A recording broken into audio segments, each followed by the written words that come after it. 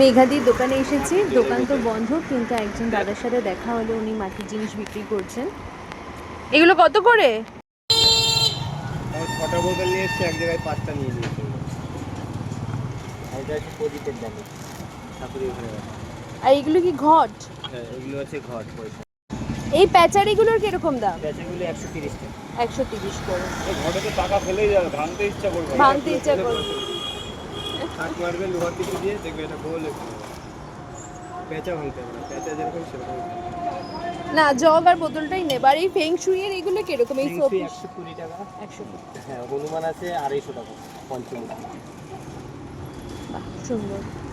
এটা রাখাও ভালো, 5 মাথা রাখার আমাদের অনেকে গেটের ছোট সামনে হয়। লাগানো হয়। আমি এই দুটো নেব, একটু দেখো। দাদা হরিণগুলো সুন্দর। নেবো, দাম দেখাবো দাদা, দাম বলো আমাকে।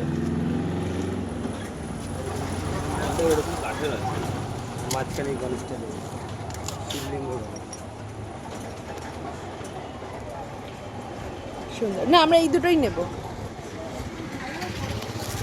হরিণগুলোর কিরম দাম? হরিণগুলো এটা জোড়া 150 টাকা, যদি পুরো টোটাল মিলে নেন তাহলে দাম আছে 250, কিন্তু 200 টাকা হলে পড়বে। 200। 3757570 কার্তিক পাল। হ্যাঁ হ্যাঁ হ্যাঁ।